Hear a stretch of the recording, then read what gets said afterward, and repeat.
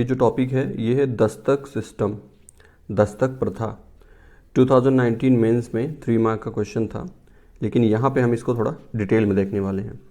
तो सबसे पहले ये दस्तक है क्या? दस्तक एक पास है। ये क्या है? एक पास।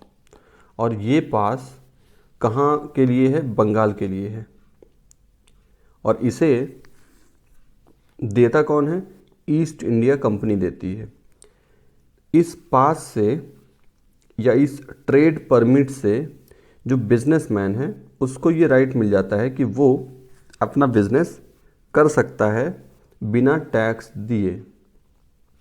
और ये अधिकार ईस्ट इंडिया कंपनी को मिला कब? 1717 में मिला, जब मुग़ल सम्राट शाह फर्रुखसियर बीमार थे और इसका इलाज कर दिया था विलियम हैमिल्टन ने। ये एक सर्जन थे, इन्होंने इनको ठीक कर दिया।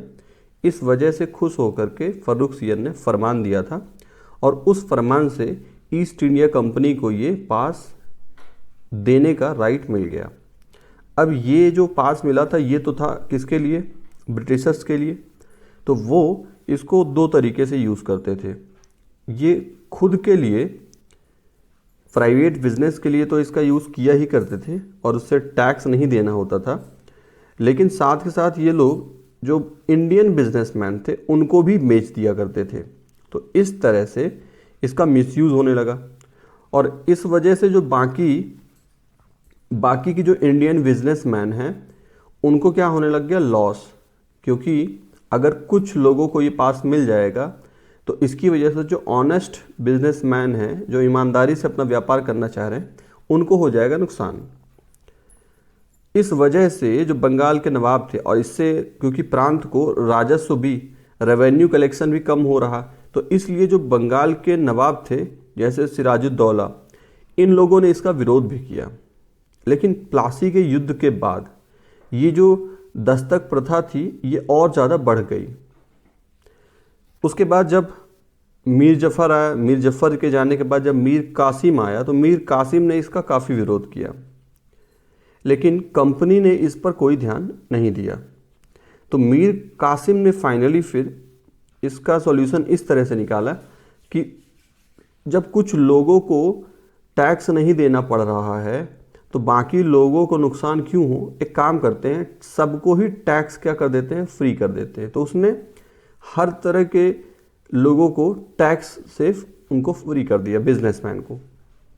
तो इस वजह से अब उन बिजनेसमैन को जिनके पास ये स्पेशल प्रिविलेज था, विशेषाधिकार मिला हुआ था, उनको क्या हो जाएगा? नुकसान। और इस तरह से कंपनी को भी जो इलीगल इनकम हो रही थी पास बेच करके भारतीयों को, वो मिलनी बंद हो गई। तो इस वजह से हुआ युद्ध, और इस युद्ध में कंपनी ने मीर कासिम इसमें हार गया कंपनी से।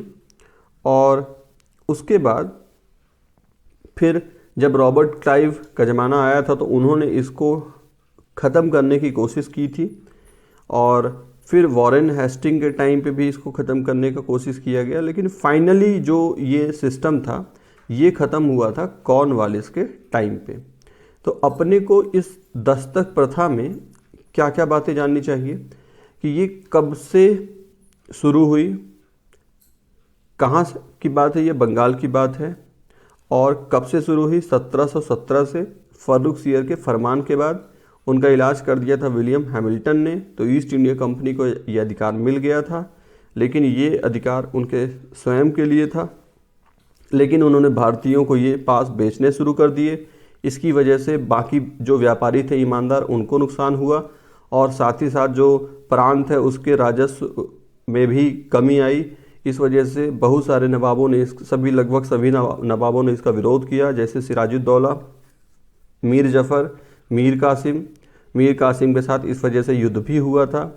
और उसके बाद इसको क्लाइव और वॉरेन हेस्टिंग ने इसको ख़त्म करना चाहा था, लेकिन फाइनली ख़त्म किसके टाइम पे हुआ? कॉर्नवालिस के टाइम पे। तो ये थी बातें दस्तक प्रथा से रिलेटेड।